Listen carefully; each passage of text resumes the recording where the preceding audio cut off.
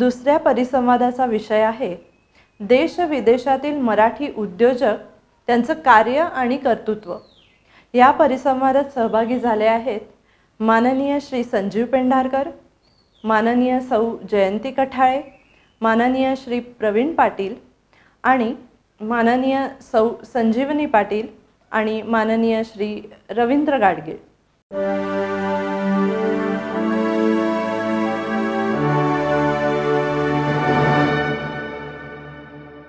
आज जगभरात मराठी माणूस आपल्या वैयक्तिक महत्त्वाकांक्षा आणि उत्कर्षासाठी अतिशय मेहनत घेऊन आपले औद्योगिक विश्व विस्तारत आहे। अशाच काही उद्योजकांची यशोगाथा आता आपण अनुभवणार आहोत। म्हणूनच आता आपण भेटणार आहोत देश विदेशातील मराठी उद्योजकांना आणि त्यांचे कार्य आणि कर्तृत्व याविषयी त्यांचे मनोगत पाहूयात। माननीय श्री संजीव पेंढारकर यांची ओळख म्हणजे रोज आकाशवाणी आणि किंवा दूरदर्शन यावरील विको वज्रदंती तसेच इतर काही उत्पादने यांची जाहिरात तीच आपल्या डोळ्यासमोर येते। गेल्या काही दशकातील एक अग्रगण्य उद्योजक आहेत ते। आज त्यांनी त्यांचे विचार व्यक्त करावेत अशी मी त्यांना नम्र विनंती करते।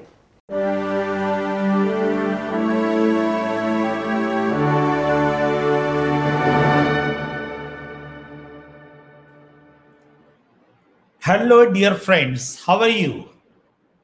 जगभरातल्या सगळ्या मराठी बांधवांशी इंटरॅक्ट करताना मला खूप आनंद होतोय। मी संजीव पेंढारकर, संचालक विको लॅबोरेटरीज।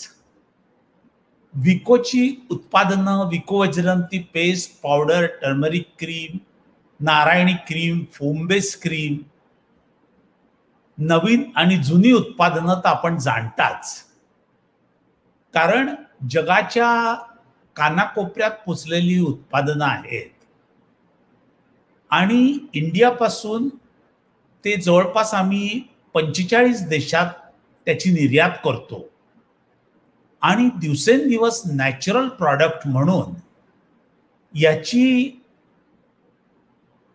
मागणी दिवसेंदिवस वाढतच आहे। तर आपले अतिशय कर्तृत्ववान बांधव जगातल्या निरनिराळ्या प्रदेशात उच्च स्थानावर नोकरी करत आहेत। त्यांच्या एफर्ट्स बद्दल कौतुक करावं तेवढं थोडं आहे। त्यामुळे देश विदेशातील मराठी उद्योजक, कार्य आणि कर्तृत्व या विषयावर बोलताना मला फार आनंद होतो। पण त्याचबरोबर एका गोष्टीची मोठी खंत वाटते, ते म्हणजे आज ब्राह्मण माणूस जो 100 वर्षापूर्वी हिंदुस्थानात जो ब्राह्मण माणसाचा दबदबा होता, अस्तित्व होतं, ते सगळं आपण विसर पडलेलो आहोत। अगदी संत महात्मांपासून स्वातंत्र्यवीर सावरकर, लोकमान्य टिळक, शंतनुराव किर्लोस्कर अशा मोठ्या मोठ्या व्यक्ती आपल्या देशात जन्म घेऊन गेल्या आणि आज ब्राह्मण माणूस हा अमेरिकेच्या कुठच्या तरी कोनाड्यात पडून गेलाय। त्याला इंडियामधनं पळ काढून म्हणजे फ्री इकॉनॉमीसाठी तो अमेरिकेत पळून जातो आणि मग त्याला कोणी लाचार म्हटलं, एशियन म्हटलं, ब्लॅक म्हटलं, हे सगळं ह्युमिलिएशन तो टॉलरेट करतो।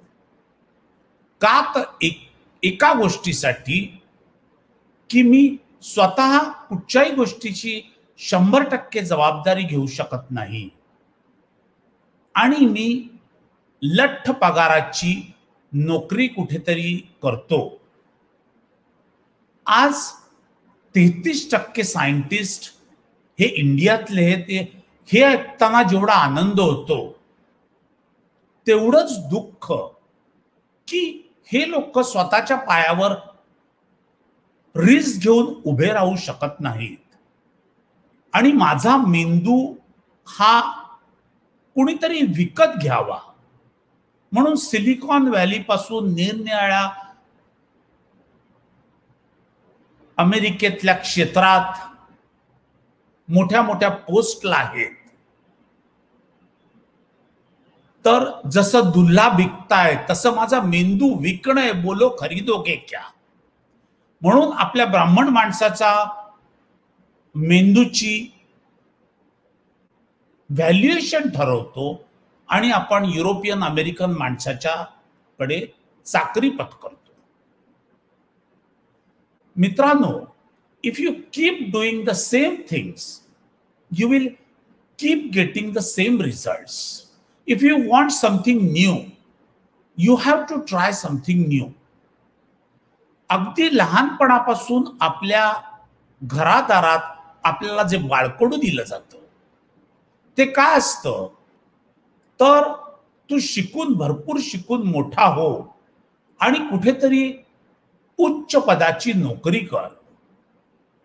त्यामुळे आपण रिस्क दुसऱ्याच्या खांद्यावर ठेवूनच घेतो. जोपर्यंत आपण 100% रिस्पॉन्सिबिलिटी घ्यायला शिकत नाही तोपर्यंत ही परिस्थिती बदलणार नाही.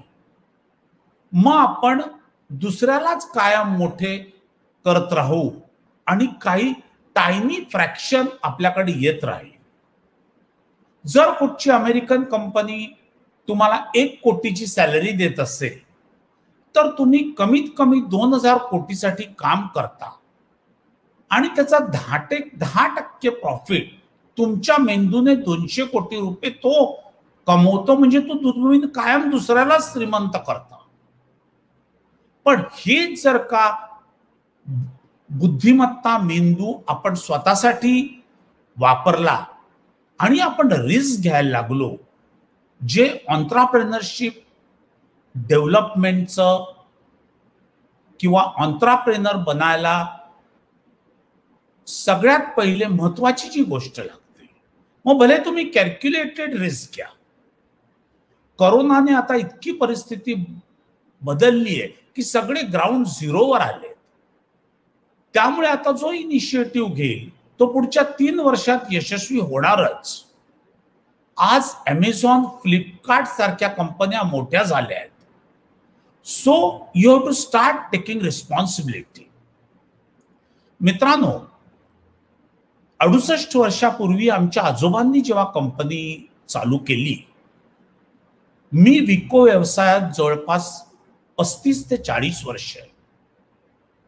आणि मी तुम्हाला काही उदाहरणं पण माझ्या अनुभवाप्रमाणे कोट करू इच्छितो की या सगळ्या 35-40 वर्षाच्या अनुभवात एक गोष्ट प्रकर्षाने जाणवते.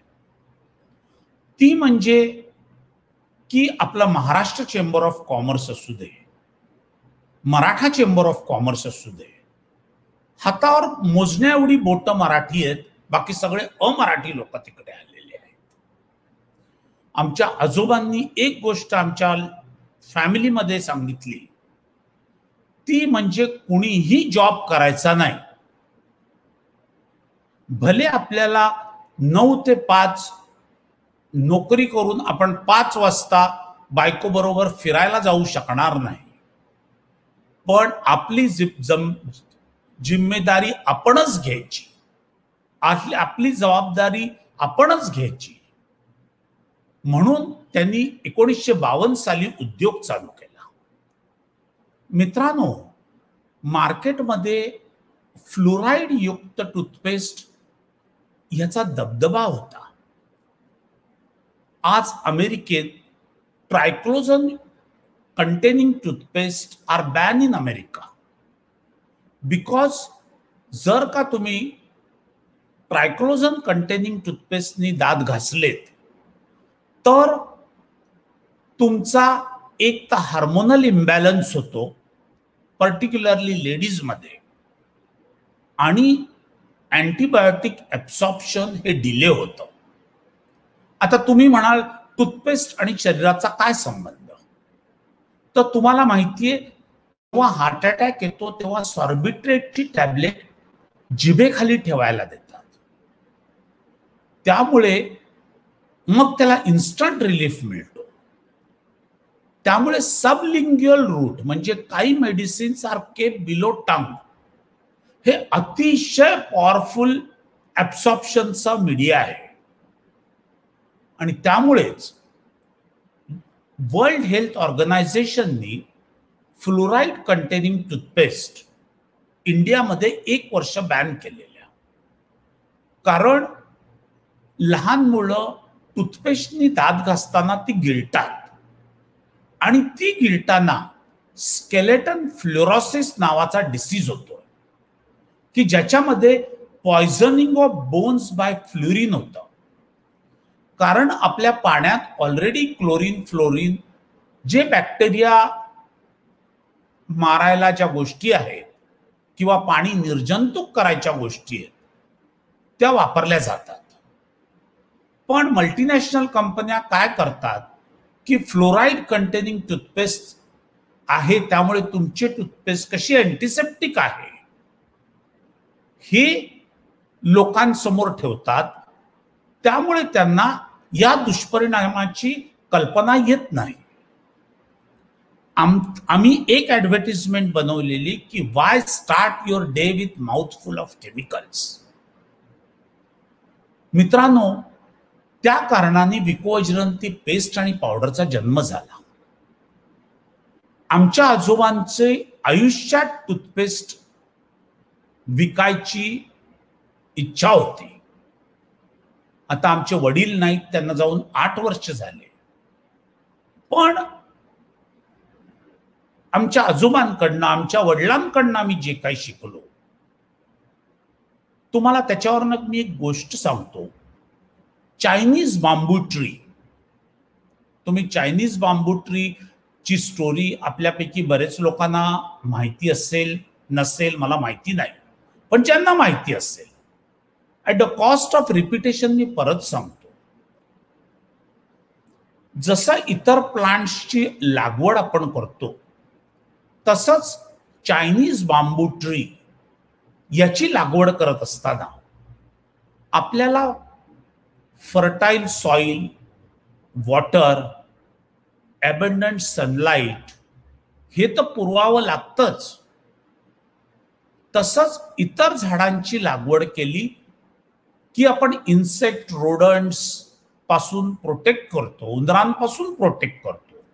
तसंच चायनीज बांबू ट्रीचं प्रोटेक्शन करायला लागतं.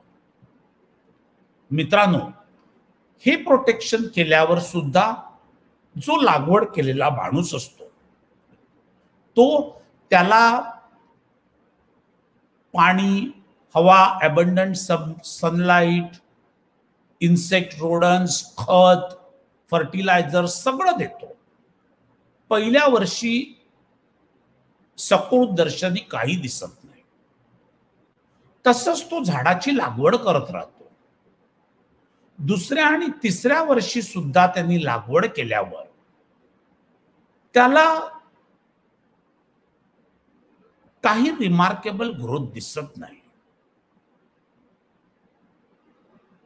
जेव्हा चौथ्या वर्षी सरफेसवर काही रिमार्केबल ग्रोथ होत दिसत नाही तेव्हा तो he starts doubting his efforts or human potential.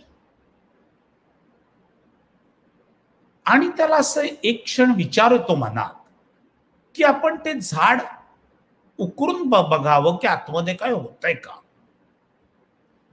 आतापर्यंत मी जर लेमन ट्री लावलं असतं तर 2 वर्षात त्याला लिंबू पण लागली असते.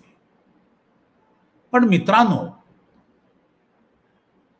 तो ह्युमन पोटेन्शियल आणि जर का आपल्या एफर्ट्सवर डाऊट करून त्याने जर ते झाड उकरायचा प्रयत्न केला असता तर झाड मेलं असतं. म्हणून तो त्याचा पेशन्स तसाच ठेवतो आणि 5व्या वर्षी पण खत पाणी घालून झाड यायची वाट बघत बसतो. मित्रांनो, 5व्या वर्षी मिरॅकल होतो. ते चायनीज बांबू ट्री जे 4 वर्ष डॉर्मंट होतं ते 5व्या वर्षी 6 आठवड्यात 80 फीट टॉल वाढतं. मग आपण असं म्हणायचं का की tree remain dormant for 4 years only to grow exponentially in 5th year? तर नाही. ते आपली पाळूमुळं खोलवर रुजवण्यात त्याची तिकडे विकास होत असतो की जेणेकरून 80 फीट टॉल झाडाचं वजन आपण टॉलरेट करू शकू. तर आमच्या विको लॅबोरेटरीचं असंच आहे. आमच्या वडिलांची आणि आजोबांची मेहनत प्लस आमच्या जनरेशनची मेहनत, कारण आमच्या आधीच्या जनरेशनचे सगळे लोक आता एजेड होऊन रिटायर झाले, त्यामुळे आमचा जॉईंट फॅमिली बिझनेस आहे आणि आमच्या 5 वर्षात 500 कोटीचा धंदा 1000 कोटी नेण्याचा आमचा विचार आहे आणि 45 देशातला एक्सपोर्ट हा 100 देशात एक्सपोर्ट कसा होईल याच्याकडे आमचं लक्ष लागलेलं आहे. प्रत्येक कंट्रीमध्ये आमचं प्रॉपर रजिस्ट्रेशननी माल जातो. सगळे अमेरिकेचे स्टँडर्ड्स असू दे, युरोपचे स्टँडर्ड्स असू दे, युरोपमध्ये इटाली असू दे, फ्रान्स असू दे, नेदरलँड्स असू दे, जर्मनी असू दे, जपान असू दे, किंवा जवळपास 25 कंटेनर लोड माल आम्ही गल्फमध्ये विकतो. सिंगापूर, मलेशियामध्ये आमचे कंटेनर लोडमध्ये माल जातात. ऑस्ट्रेलियामध्ये हाफ कंटेनरच्या वरती जातो. आणि अमेरिकेची जी नॅचरल हेल्थ फूड स्टोर्स आहेत त्याच्यात आमची शुगर फ्री पेस्ट ही कंटेनर लोडमध्ये विकली जाते. कारण अमेरिकेतले लोक जे कॅलरी कॉन्शियस आहेत ते आमची पेस्ट वापरतात आणि ज्यांना नॅचरल प्रोडक्ट्स पाहिजे. कारण जसं मी फ्लोराईड आणि ट्रायक्लोझनचं उदाहरण दिलं, मित्रांनो, आम्ही जेव्हा टर्मरिक क्रीम इंट्रोड्यूस केलं तेव्हा आयुर्वेदिक प्रोडक्टला लोक नास्टी लुक द्यायचे. हे नास्टी लुक द्यायचे म्हणजे मी तुम्हाला एक उदाहरण देतो की पहिलेच्या काळात, म्हणजे 20-30 वर्षापूर्वीची गोष्ट आहे, हॉटेल ताजमहाल म्हणजे ताज हॉटेलमध्ये एक फ्रेंच लेडी शॉप रन करायची, केम्स अँड कंपनी, किंवा तिचं नाव शॉपचं केमिस्ट आणि ड्रगिस्ट शॉपचं नाव आपल्याला शोधायला लागेल किंवा इंटरनेटवर शोधलं तर मिळेल. या लेडीकडे आमचा रिप्रेझेंटेटिव्ह पेशन्स आणि परसिस्टन्सनी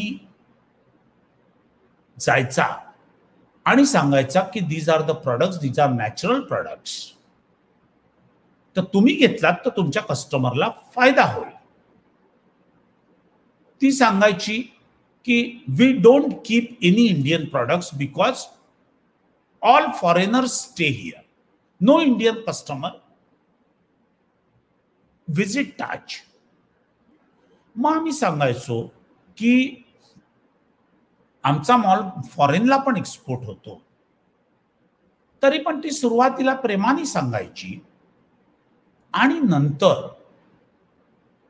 अक्षरशः रिप्रेझेंटेटिव्हला हाकलून द्यायची आणि ओरडायची अंगावर. How many times I have to tell you we don't keep any Indian products. तरी पण आमचा रिप्रेझेंटेटिव्ह पेशन्स आणि परसिस्टन्सनी परत ट्राय करायचा. मित्रांनो, जेव्हा प्रयत्नांती परमेश्वर म्हणतो तशीच घटना एकदा घडली की एक न्यूझीलंडचा कस्टमर ताज हॉटेलमध्ये उतरला. त्यांनी लेट चेकआउट केलं आणि आपल्या रूममध्ये निघून गेला. दुसऱ्या दिवशी सकाळी उघडला, त्यांनी आपली बॅग ओपन केली तेव्हा त्याला लक्षात आलं की घाईघाईने आपण जी 25 वर्षापासून विको हर्बल टूथपेस्ट वापरतोय ती आणायला विसरलोय. फक्त टूथब्रश टाकला. आता आपल्याला विदाउट विको हर्बल टूथपेस्ट नी दात घासल्याशिवाय दिवस काढायला लागणार. म्हणून तो नाईट सूट मध्येच फ्रस्ट्रेशन डिप्रेशन मध्ये बाहेर आला आणि त्यांनी तर एखादा मॅनेजर उभा होता टाय सुटातला, त्याने विचारलं, जेंटलमन यू लुक वरीड. तर त्यांनी सांगितलं की आय एम रेग्युलरली युजिंग विको herbal toothpaste and I in hurriedly I packed my bag and I came to India.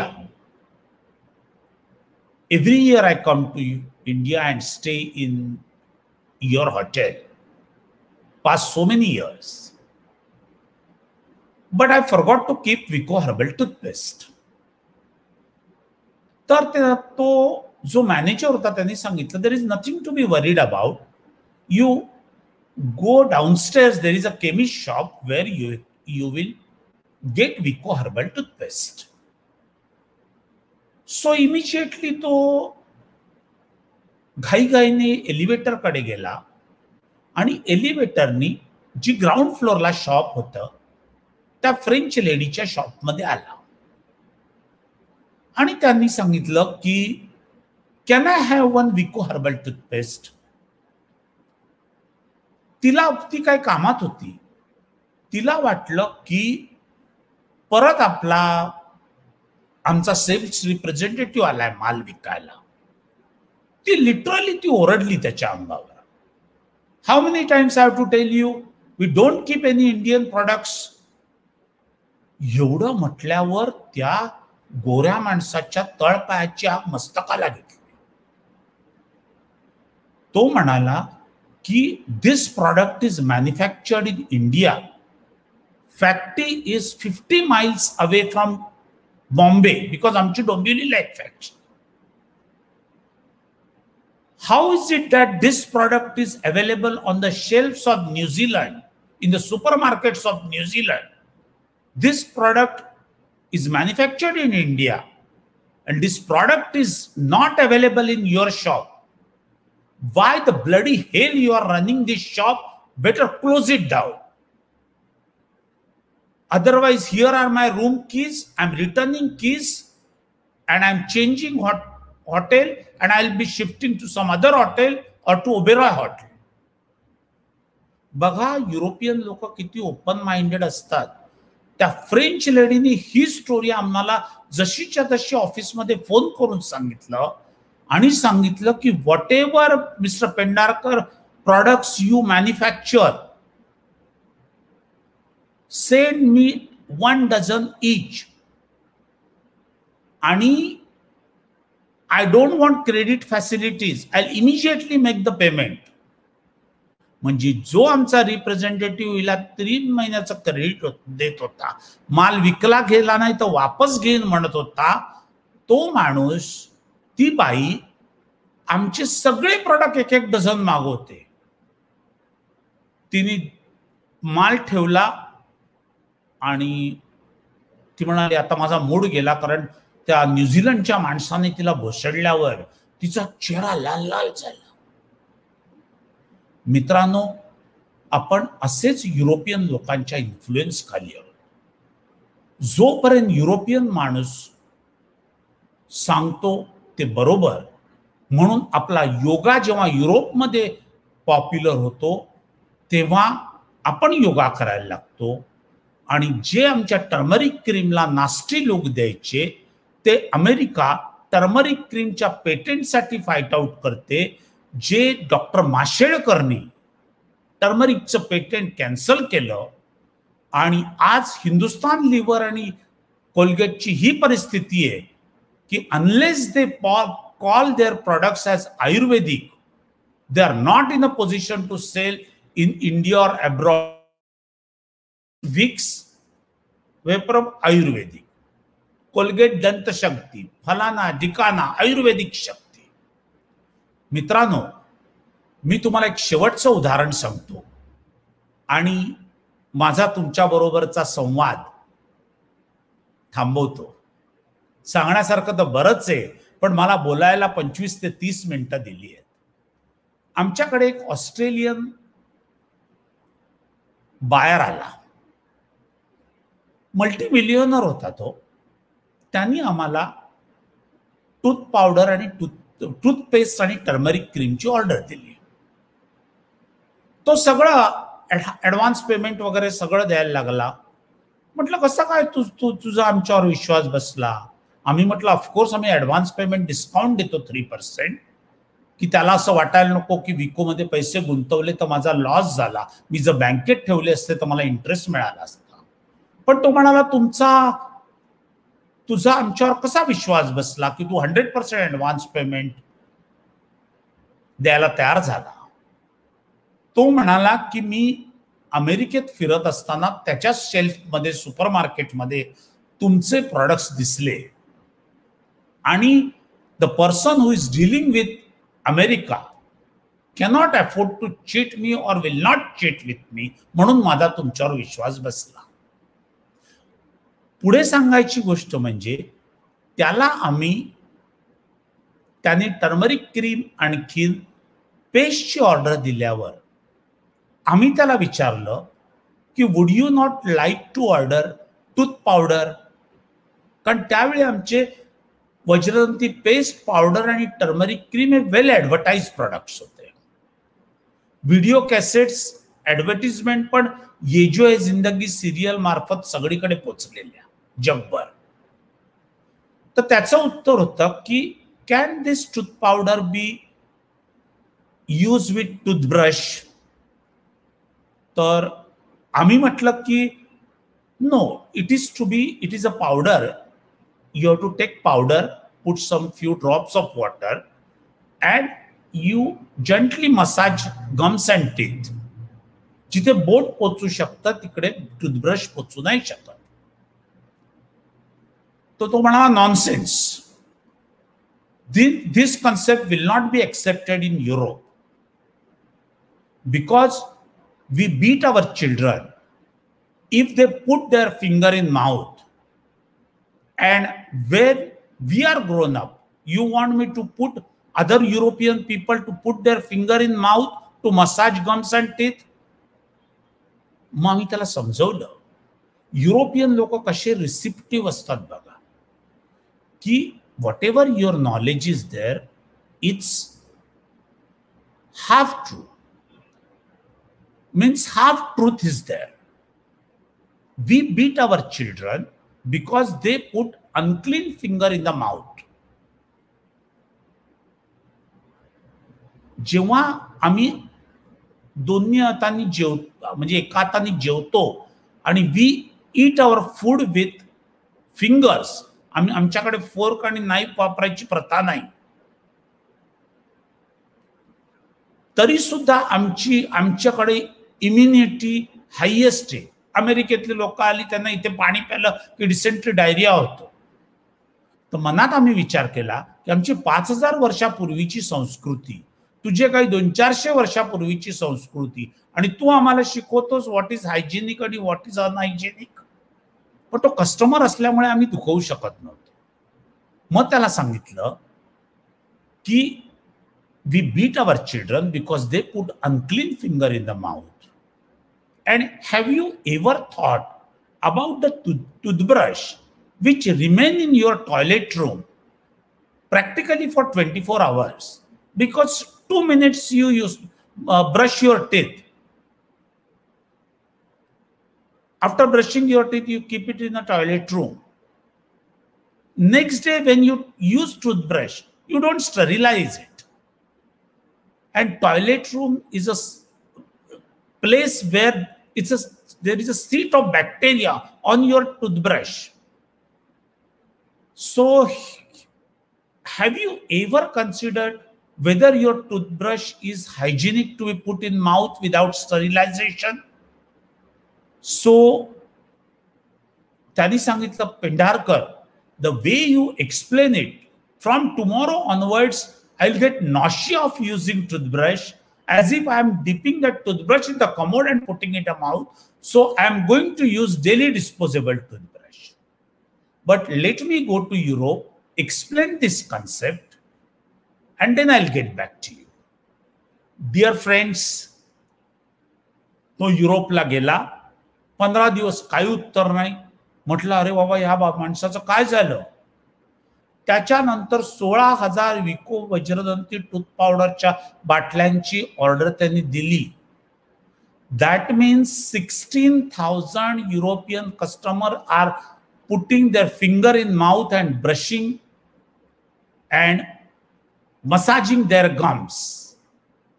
Dear friends, it's now start talking to you, but it's time that all Maharashtrian people should be entrepreneurs and they should start taking risk. तुमच्या पॅशनचं field निवडा, कारण तुम्ही जेव्हा job करता तेव्हा दुसऱ्याच्या मर्जीने चालता, तुम्ही स्वतःचे मालक राहू शकत नाही. एवढं बोलून मी तुमची रजा घेतो आणि देश विदेशातील मराठी उद्योजक कार्य आणि कर्तृत्व याच्यामध्ये मी परत तुमचं स्वागत करतो. मराठी माणसाचा झेंडा अटके पार होऊ दे, पण एक तरी मराठी माणूस असा निघू दे की त्यांनी अमेरिकेत धंदा प्रस्थापित केला. तुमच्या पेशंट हिअरिंग बद्दल thank you very much. Wish you all the best. आणि त्या ऑकेजनमध्ये मला जगभरातल्या आणि इंडियातल्या मराठी लोकांशी संवाद साधायचं ऑकेजन मिळालं. Thanks a lot. Bye bye. Take care and happy new year in advance. Thank you.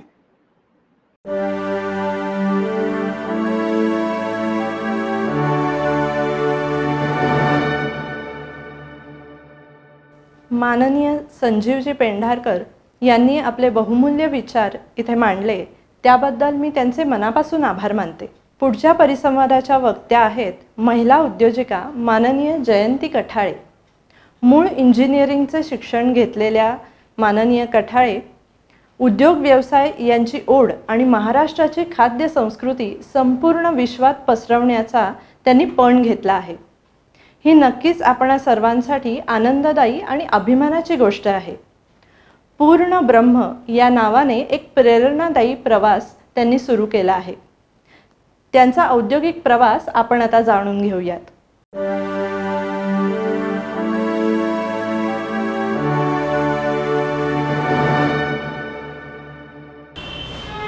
आता रडायचं नाही, लढायचं आणि कायम चालत राहायचं, हे वाक्य बहुधा माझ्या आयुष्यात बराच इम्पॅक्ट करून गेलं.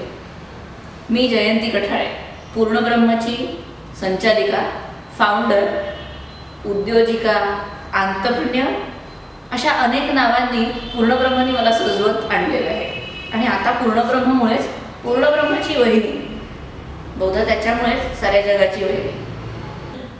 आत्ता खायला हवंय काहीतरी, तूप वरण भातही चालेल ग. आणि त्याच्या डोळ्यातले ते अश्रू आजही त्या लेटरमध्ये दिसतात आणि माझ्या अंगावर काटा येतो. त्या दिवशी ठरलं का जिथं जिथं प्रणव जाईल तिथं तिथं हा पूर्णब्रह्म सज्जेल. विडा कुठेतरी भलतीकडेच उचलला गेला होता. माझ्या मनात पूर्णब्रह्माची सुरुवात खूप लहानपणीच झाली असावी, कारण सतत त्या वातावरणात वाढत होतो. घरात साधे बर्थडेज मनवायचे असेल ना तरी घरातले 30 लोक असायचे आणि मी कायम साईड हिरण म्हणून, कारण बाहेरचं फूड आणायचंच नाही, घरातलंच फूड घरातल्या लोकांनी खायचं, अन्नपूर्णेने बनवायचं आणि घरातल्यांनी ते संपवायचं, असा नियम होता. कितीतरी संस्कारांनी भरलेलं घर होतं आणि याच संस्कारांना मी बिझनेस व्हॅल्यूजमध्ये कन्व्हर्ट करत आली होती. पॅरिसचा अनुभव आमच्यासाठी बहुधा मला जर्क देण्यासाठी थोडा कमी पडला असावा, म्हणून मधले काही वर्ष IT मध्ये जॉब केला, कितीतरी देशांमध्ये फिरले. 14 वर्षाचं ITचं आयुष्य आणि सारी सगळीकडे जेवणाची बोंब झाली.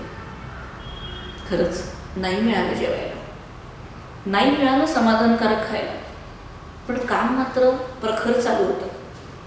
तिथे पण हा विडा उचलला गेला असेल बहुधा माझ्या मनात. ऑस्ट्रेलियाला प्रोजेक्टसाठी गेलो. We came back for good. येताना बोर्डिंग पास घेतलेत, पण सांगितलंच नाही की आम्ही व्हेजिटेरियन आहोत. विसरून गेलो बहुधा घाई गडबडीत. 27 तासाचा प्रवास न खाता पिता केला. फक्त फ्रूट्स खाऊन केला. 27 तास there is no flight which runs for 27 hours. I know that. घर टू घर 27 तास लागले, पोटात अन्नाचा कणही नव्हता. त्या दिवशी ती आग लागली. कसं असतं ना, जोवर आपल्या सीट खाली आग लागत नाही तोवर माणूस उठत नाही म्हणतात. माझ्या सीट खाली त्या फ्लाईटमध्ये आग लागली. तिथं विडा उचलला की या विमानात वडापाव विकून दाखवेल. त्या विमानात तर नाही झालं, पण तत्सम बऱ्याच एअरवेजनी वडापाव चालू केले. त्याचा आनंद जास्त आहे. Maharashtrian food, only Maharashtrian food can be sell in the market was the risk. मी जर हे चालवू शकली नाही तर माझं लाईफ एंटरप्रेन्योरशिपचं तर संपणारच होतं, पण तो विश्वास संपणार होता की फक्त मराठी फूड चालू शकत आहे. आणि म्हणून पूर्णब्रह्म इतक्या ताकदीने उभं आहे. पूर्णब्रह्म बऱ्याच निगेटिव्ह पाथवर पण गेले, कारण लोक तशी भेटत गेली. आम्ही त्या सगळ्यांना सारत समोर सरकत गेलो. Keep walking. आपली लाईन मोठी करा, दुसऱ्याची लाईन लहान करण्याच्या भानगडीत पडू नका. अहो जिगरा लागतो फक्त मराठी फूड विकण्यासाठी. तो ठेवला आणि खूप खमकीत ठेवला. पुणेकरांकडनं शिकलो प्रत्युत्तरं कशी द्यायची आहेत, तोडीस तोड बोलायचं कसं आहे. वैदर्भीयांकडनं शिकलो की प्रेमाने कसं तिखट खाऊ घालायचं आहे. आणि त्या महाराष्ट्राकडनं शिकलो की महाराष्ट्रीयन फूड जगाला कसं खाऊ घालायचं आहे. खूप प्राऊड फील करते मी, because I am an Indian. कारण आधी इंडियन आहोत, आधी भारतीय आहोत आणि मग बाकी सगळे. पण हे फूड हेल्दी आहे, पोषक आहे आणि आवश्यक आहे. Because we have no preservative, no soda, no colour methodology. इथे बऱ्याच थेरपी चालतात. म्युझिक थेरपीपासून तर वॉटर थेरपीपर्यंत बऱ्याच थेरपीजवर इथे अन्न शिजवलं जातं आणि प्रेमाने खाऊ घातलं जातं. म्हणून आजही 250 रुपयाची टीप घेते. 7.5 लाख पुरणपोळ्या विकल्यात. वडापावाला तर गिनतीच नाही. मिसळपाव किती कस विकले गेले. रावण भाताचे पार्ट्स किती विकले असतील याचा अंदाज नाही. शिरवाळासारखं युनिक ऑथेंटिक मराठी डिश रेस्टॉरंटमध्ये विकली जाऊ शकते हा नियम बाह्य तोडला. बरेच स्टिरियोटाईप तोडले. मराठी रेस्टॉरंटमध्ये मराठी बायका नऊवारमध्ये नीट वाढू शकतात, रादर बायका कामं करू शकतात हे प्रूव्ह केलं.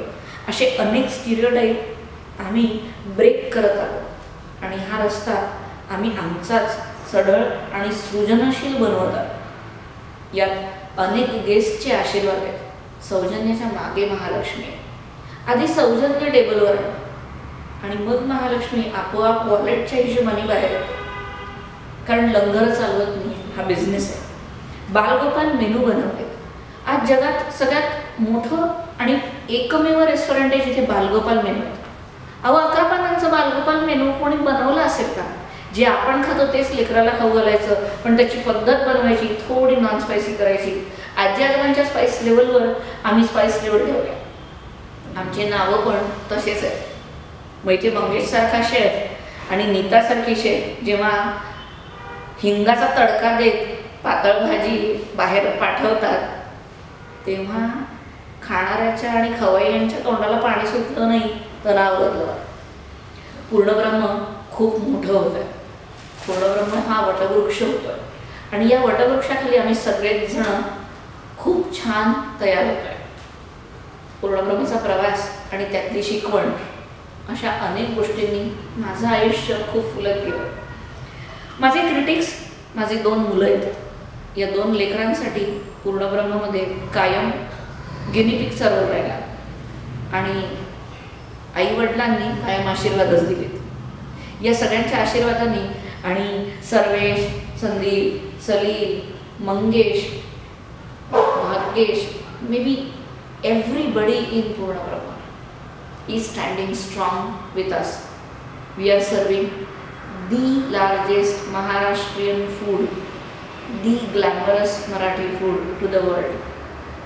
तुम्हा सगळ्यांना मी वेलकम करते. पूर्णब्रह्ममध्ये नक्की या, कारण इथं एक वडापाव 40 जण बनवतात. 40 चुली एका वेळेला चालतात. तुमचे आशीर्वाद आम्हा सगळ्यांना आणखीन फ्लरिश करतील. या मनगटांमध्ये तुमच्या आशीर्वादानेच ताकद येऊ, जेणेकरून सगळ्या जगाला पूर्णब्रह्मचं मराठी ग्लॅमरस फूड खाऊ घालू शकू. थँक्यू. धन्यवाद.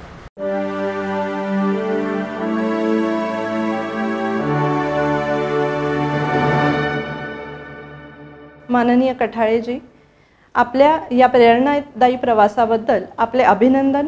आणि आपण महिला उद्योजका म्हणून आजच्या मराठी स्त्रियांसमोर एक उत्तम आदर्श निर्माण केला आहे.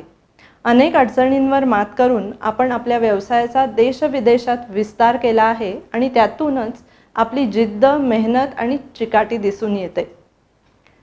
आज विश्व मराठी उद्योजकांच्या या जागरामध्ये आपल्या सहभागाबद्दल आपले मनापासून आभार आणि आजच्या या उद्योजकता संमेलनात आपले विचार व्यक्त केल्याबद्दल अनेक धन्यवाद.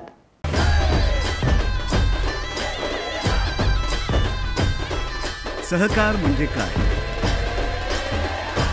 हाताला हात, पावलांना पावलांची साथ, जिथे समानतेचा उत्सव होतो तो आहे सहकार.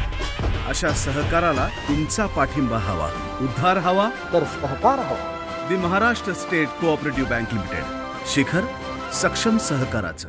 मराठी माणसाची महत्त्वाची ओळख म्हणजे शेत आणि शेतकरी.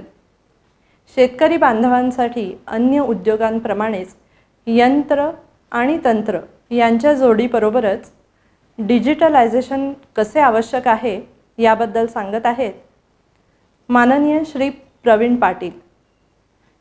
श्री प्रवीण पाटील सध्या म्युनिच, जर्मनीमध्ये वास्तव्यास आहेत, परंतु मराठी पण त्यांनी मराठी मनामध्ये जपलेले आहे. म्हणूनच त्यांनी आपल्या शेतकरी बांधवांसाठी एक ॲप्लिकेशन आणि बागायत बाजार ही वेबसाईट तयार केली आहे. माननीय श्री प्रवीण पाटील यांना अशी विनंती की त्यांच्या या कार्याबद्दल त्यांनी आपले मनोगत व्यक्त करावे.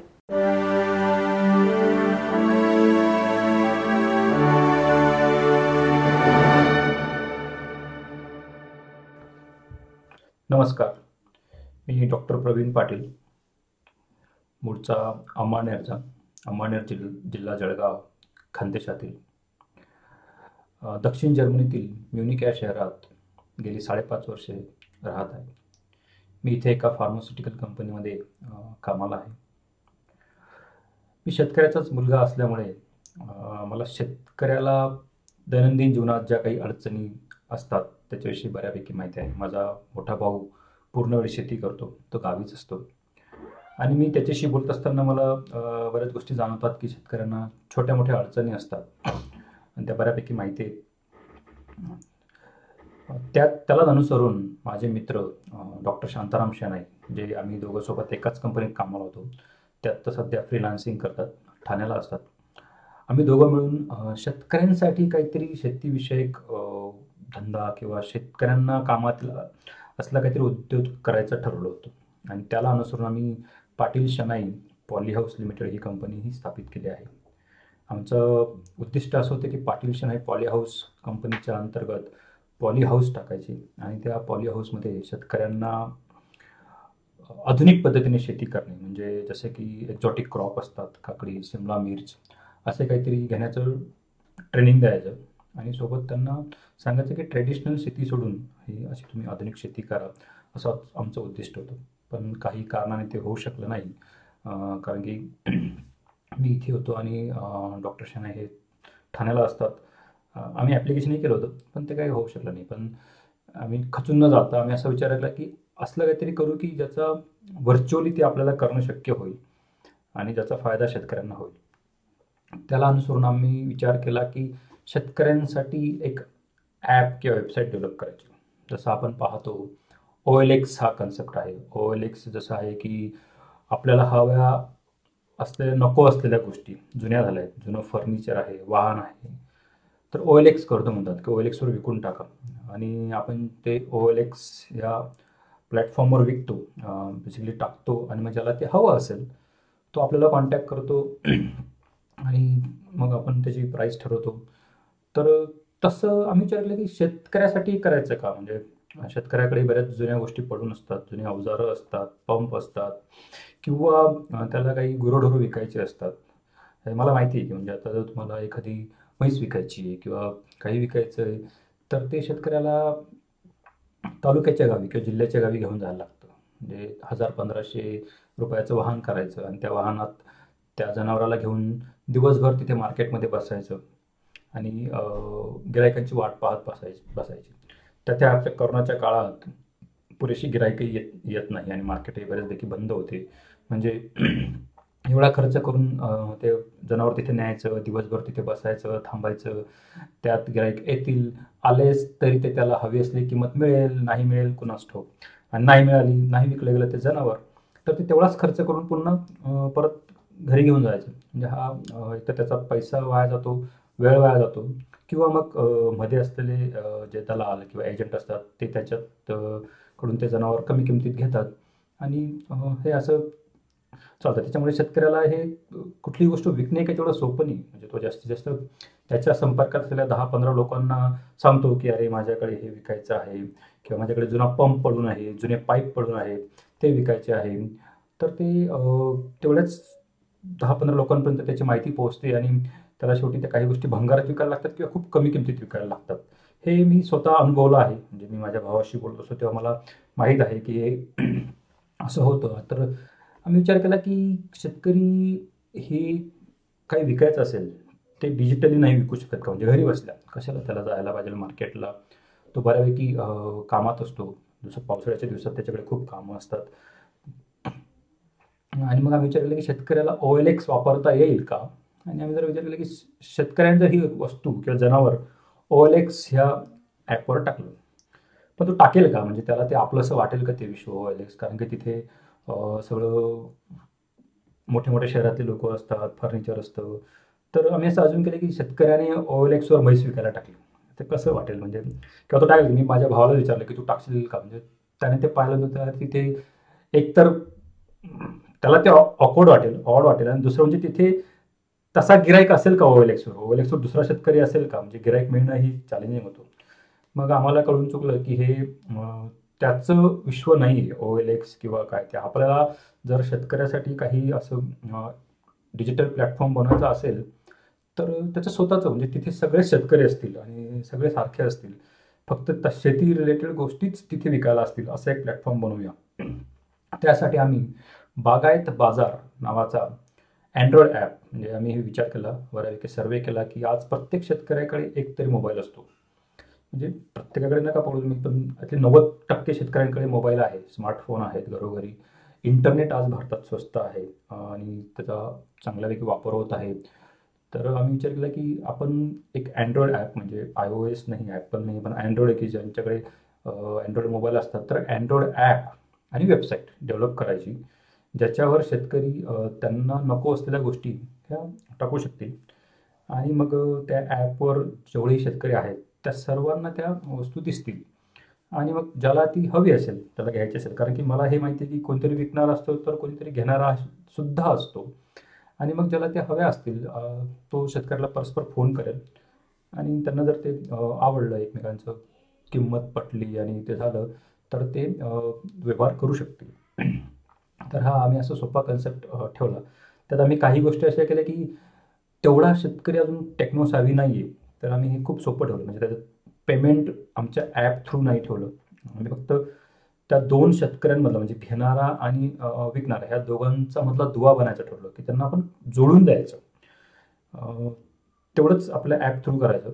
त्याच्यामुळे पेमेंट हे ॲप थ्रू नाही होणार, कारण की शेतकरी अजून तेवढा म्हटलं तरी क्रेडिट कार्ड, डेबिट कार्ड आणि ऑनलाईन बँकिंग हे नाही करत, असं मला स्वतःचा अनुभव आहे. ते ना एक तर फसून जाण्याची भीती आणि थोडं माहिती नसतं हे कसं करायचं.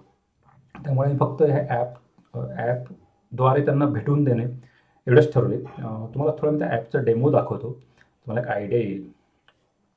बागायत बाजार वेबसाईट मी तुम्हाला दाखवतो.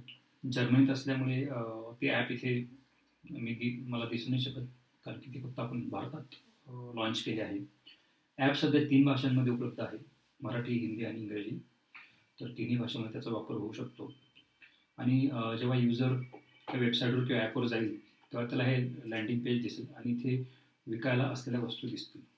त्याला जर एखादी वस्तू आवडली, जसं आता आपण बघू दूध काढणी यंत्र, हे जर मला घ्यायचं असेल आणि अधिक माहिती पाहिजे असेल तर मी त्याच्यावर क्लिक करेल आणि फोटो टाकले असेल जास्तीचे. मी 5 फोटो टाकायची परमिशन ठेवली आहे जास्तीत जास्त आणि कमीत कमी 1. तर इथं जाऊन तो माहिती वाचू शकतो त्या उपकरणाविषयी आणि त्याचा पत्ता त्याला समजेल की हे कुठल्या गावाला विकायला आहे. यापूर्वी तो बघू शकतो इथे. आणि जेव्हा त्याला ते आवडलं किंवा वाटलं की मला हे घ्यायचं आहे, किंमत इथे तो बघू शकतो. किंमत काही कमी जास्त करेल का विकणारा, किंवा काही अधिक माहिती त्याला हवी असेल तो इथे विकणाऱ्याला फोन करू शकतो किंवा मेसेज करू शकतो. फोन करण्यासाठी आम्ही तो नंबर सगळ्यांना दाखवत नाही होत, त्यासाठी इथे क्लिक केलं तर त्या ज्याला कोणाला ते घ्यायचं असेल त्याला साइन इन करायला लागेल. म्हणजे तो एक आम्ही ॲडिशनल कंट्रोल ठेवला आहे, डेटा प्रायव्हसी म्हणून, की सगळ्यांना नंबर दिसला नाही पाहिजे. जे ऑथेंटिक युजर आहेत त्यांनाच तो नंबर दिसायला पाहिजे म्हणून हा एक कंट्रोल आहे. तर ह्या प्रकारे तो त्यांना फोन करून मग ते त्यांचा सौदा करू शकतो. आणि जर विकणाऱ्याला बघायचं असेल की माझी ही वस्तू किती लोकांनी पाहिली, त्याला दिसते की आत्तापर्यंत 352 लोकांनी ही वस्तू पाहिली आहे. ज्या दिवशी त्याने टाकले, साधारणतः 12 नोव्हेंबरला ही वस्तू विकायला टाकली होती. बरेच जनावरं आहेत. आणि ज्याला ही वस्तू विकायला टाकायची आहे तो इथे ॲड क्लासिफाईडमध्ये जाऊन ती वस्तू, फक्त त्यासाठी आम्ही पुन्हा त्याचं लॉग इन कंपल्सरी केलं आहे, कारण की जो ऑथेंटिक युजर असेल तोच विकायला टाकू शकेल. त्यासाठी लॉग इन करून तुमचा मोबाईल नंबर टाकला तर त्याला एक OTP जाईल आणि OTPच्या सहाय्याने तो लॉग इन करू शकतो. ते हा थोडक्यात मी डेमो इथे तुम्हाला दाखवत आहे ॲपचा, वेबसाईटचा आणि ॲपचा. बऱ्याच वस्तू विकायला साधारणतः ही आम्ही वेबसाईट आणि ॲप पोळ्याच्या दिवशी, म्हणजे साधारणतः ऑगस्ट महिन्यात लॉन्च केली. तर आत्तापर्यंत साधारणतः 5000 युजर हे ॲपचे आहेत. भरपूर लोक याचा फायदा शेतकऱ्याचा फायदा घेत आहेत.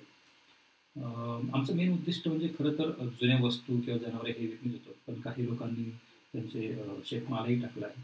काही प्रॉब्लेम नाही, तेही ते टाकू शकतात. खरं तर मी पाहिलं, जेव्हा मी सर्वे केला तेव्हा असं जाणवलं की शेतमाल विकायच्या बऱ्याच ॲप तशा उपलब्ध आहेत व्यापाऱ्यांपर्यंत, पण शेतीचे अवजारं, जुन्या वस्तू, जनावरं याच्यासाठी एकही डिजिटल प्लॅटफॉर्म उपलब्ध नव्हता.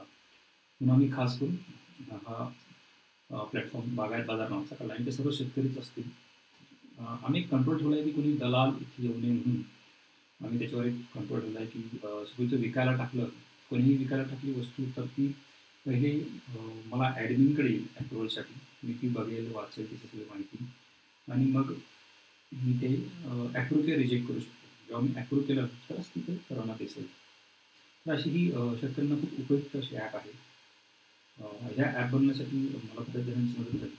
जसे माझे मित्र शांताराम पेपर आहेतच, त्यांनी आणि दोघांनी मिळून अर्धा खर्च ह्या ॲप डेव्हलपमेंटसाठी केला आहे. टेक्निकल सपोर्ट माझा मित्र नंदलाल पाटील हा सिंगापूरला असतो, त्यांनी केला. आणि ही ॲपचा जास्तीत जास्त प्रसार माझा मित्र शरद बळसकर याच्यामुळे होऊ शकला. तसेच विशेष सांगायचं म्हटलं म्हणजे मराठी सिनेसृष्टीतले बरेच कलाकार sir, Sayaji Shinde sir, Avadhoot Gupte sir, Sandeep Pathak, अकरंजी, प्रवीण तरडे यांनी मला ॲपच्या प्रमोशनसाठी म्हणा छोटे छोटे बाईट दिले आहेत आणि शेतकऱ्यांना संदेश दिला त्यातून की ही ॲप ही पूर्णपणे तुमच्यासाठी मोफत आहे आणि तुमचं काम सोपं करेल, तुमचा वेळ आणि पैसा यातून वाचेल, असे त्यांचा संदेश हा मला खूप उपयोगी पडला. त्यामुळे भरपूर लोकांनी त्या ॲप डाउनलोड केलं. तर मी सर्वांचे आभार मानतो. आणि विशेष म्हणजे क्षितिज सरांचे मी आभार मानतो की त्यांनी मला इथे बोलण्याची संधी दिली आणि हे ॲपविषयी थोडक्यात माहिती देण्याचा प्रयत्न करू शकलो. धन्यवाद. जय हिंद, जय महाराष्ट्र.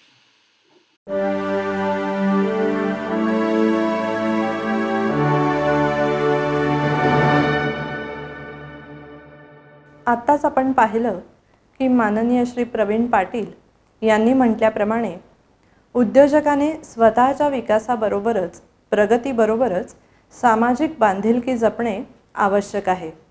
परदेशात राहूनही आपल्या देशासाठी आणि विशेषतः आपल्या मराठी शेतकऱ्यांसाठी, ग्रामीण भागातील बांधवांसाठी ते करत असलेले कार्य खरंच वाखाणण्याजोगे आहे.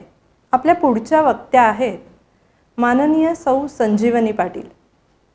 संजीवनी पाटील या मूळच्या मुंबईच्या पण गेली 25 वर्षे दुबईमध्ये वास्तव्यास असून तेथेच त्यांनी स्वतःचा व्यवसाय सुरू केला आणि विस्तारलाही. सामाजिक कार्यातून पुढे घरगुती उत्पादने जसे की पापड, मसाले, दिवाळीचे फराळाचे पदार्थ, तसंच मराठी सण उत्सवानुसार पारंपरिक पदार्थ ते इको फ्रेंडली गणपती मूर्ती अशी विविध उत्पादने यांची विक्री आणि अशा या व्यवसायाला सुरुवात करून त्या कार्यरत आहेत. महाराष्ट्रातील विविध भागामध्ये महिलांसाठी अशी उत्पादन केंद्र सुरू करून त्यांनी रोजगार निर्माण केला आहे. स्वतःसोबतच आपल्या देशातील विशेषतः मराठी महिलांसाठी कार्यशील राहून एक महिला उद्योजक म्हणून त्यांची ही वाटचाल आज आपण त्यांच्याचकडून जाणून घेऊयात.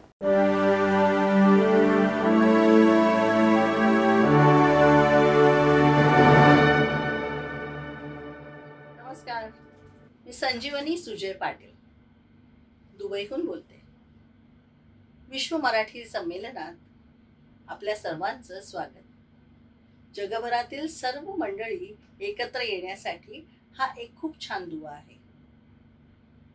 गेली अनेक वर्ष, गेली 25 वर्षाहून अधिक काळ आमचं दुबईमध्ये वास्तव्य आहे.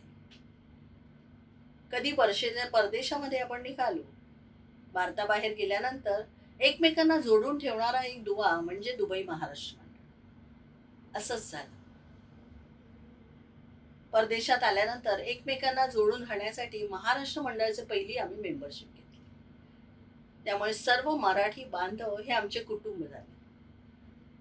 साहित्याची आवड तर होतीच, लिखाणाची आवड होती, समाजकार्याची आवड होती. त्यामुळे महाराष्ट्र मंडळ हे एक चांगला मार्ग तयार झाला. मराठी भाषा, मराठी संस्कृती जपण्यासाठी महाराष्ट्र मंडळ हे कायमच कार्यरत राहिलं. दुबई महाराष्ट्र मंडळ हे गेले 40 वर्षाहून अधिक काळ आहे. मी मूळची मुंबईची, गिरगावातला माझा जन्म. वडील शिवसेनेचे कार्यकर्ते होते, गजानन वर्तक. त्यामुळे बालपणापासून सामाजिक कार्याचं बाळकुडं आम्हाला मिळालं. त्यांच्याबरोबर काम करत असताना निरपेक्ष कार्य कसं करावं हे लहानपणापासून खूप जवळून बघितलं आणि ह्याचा माझ्या पूर्ण आयुष्यावर, कर्तृत्वावर, व्यक्तिमत्वावर खूप मोठा परिणाम करून गेला. मी मूळची पॅथॉलॉजी फील्डमध्ये, पॅरामेडिकलमध्ये जसलोकमध्ये काम करत असताना, स्वतःचं क्लिनिक असताना खूप काही छान अनुभव येऊन गेले. माझे पती बँकर, त्यामुळे त्यांचाही अनुभव खूप छान होता आणि नोकरी निमित्ताने आम्ही दुबईमध्ये आलो. महाराष्ट्र मंडळाची मजबूत बाजू असल्यामुळे मुलांचे संस्कार, भाषा उत्तम रीतीने जपावे याला खूपच चांगली मदत झाली. विश्व मराठी संमेलन 2010 मध्ये दुबईमध्ये केलं गेलं. मला सांगण्यास खूप आनंद होतोय की पहिली महिला अध्यक्ष म्हणून महाराष्ट्र मंडळाचं स्थान घेतलं, ती जबाबदारी घेतली. त्याच वर्षी विश्व साहित्य संमेलन दुसरं घडवावं अशी रिक्वेस्ट आली आणि तो चॅलेंज मी स्वीकारला आणि मला तो खूप आनंद देऊन गेला. तोपर्यंत नोकरी, घर असंच दुबईतलं आमचं सर्व वास्तव्य होतं. व्यवसायामध्ये कसा करावा व्यवसाय, कशी सुरुवात करावी हे काहीच कळत नव्हतं. पण हे करत असताना जेव्हा सामाजिक कार्य करत होते त्यावेळेला अनेक उद्योजकांबरोबर माझं भेटणं, सारखं आमचं वावरणं होतं. तेव्हा वाटलं आपण का घाबरतो? मराठी माणूस थोडासा घाबरटच असतो. नवीन देशामध्ये, मुंबईमध्ये सगळं होतं, पण परदेशामध्ये आल्यावर उद्योगामध्ये पडायचं तर आपल्याला कधीही भीतीच वाटते. मग पण ह्या उद्योजकांबरोबर वावरताना असं जाणवलं आपल्याला, आपण एवढे क्वालिफाईड आहोत, सामाजिक कार्याची आवड आहे, तर आपण काहीतरी स्वतःचा उद्योग चालू करूया जिथे आपल्याला लिमिटेशन्स येणार नाही. कधी तेव्हा रिसेशनला नुकतीच सुरुवात झाली होती. जर रिसेशन आलं तरीही आपला उद्योग थांबला जाणार नाही. पॅरामेडिकल फील्डमध्ये खूप लिमिटेशन्स असतात, कंट्री वाईज लिमिटेशन्स असतात आणि मला असा उद्योग हवा होता जो मी फॉर एव्हर करू शकेन. मी मग इंडियात असेल, मी आखाती देशात असेल, मी कॅनडात असेल, कुठेही मी तो उत्तमरित्या करता आला पाहिजे आणि त्याच्यात सामाजिक कार्य असायला हवं. समाजासाठी मी काहीतरी करू शकेन म्हणून मी फूड इंडस्ट्रीमध्ये आलो. आणि ते करत असताना ओम पीके ट्रेडिंग ह्या कंपनीची आम्ही फॉर्म केली आणि त्या उद्योगामध्ये मी एवढी रमले की माझा स्वतःचं प्रोफेशन बाजूला ठेवून मी एकदम आमच्या उद्योगामध्ये समरस झाले. ऍक्च्युली जेव्हा सुरुवात केली त्यावेळेला काय ठेवावं, कसं करावं असं काही म्हणजे काही कळलंच नाही. मग म्हटलं चल महाराष्ट्राचे बेस्ट ब्रँड्स आपण आणू ज्याने आपण सर्वांना मदत करू शकू, चांगलं काहीतरी छान खाऊ खावलू शकू, असा एक उद्देश होता. म्हणून सगळे चितळे आहेत, पणशीकर आहेत, कुबल आहेत, केप्र आहेत, या अशा मंडळींनी खूप मदत केली. त्यांनी आमच्यावर विश्वास ठेवला आणि या सगळ्यांचे प्रोडक्ट्स आम्ही आणायला सुरुवात केली. आणि दुबईतली मंडळी एकदम खुश, कारण बेस्ट क्वालिटीचे प्रोडक्ट त्यांना मिळू लागले. मग आम्ही चपातीचं पीठ आहे, आपल्या भाकरीचं पीठ आहे, याच्यावर आम्ही खूप काम केलं आणि उत्तम रोजचा लागणारा पदार्थ आपण देऊ शकतो हे आम्हाला खूप चांगलं आनंददायी अनुभव देऊन गेला. आणि हे सर्व करत असताना माझी आई, आमचं अलिबाग मूळचं गाव आहे, तिकडे आमचं मसाल्याचं स्वतःचं प्रोडक्शन होतं, छोट्या प्रमाणात होतं.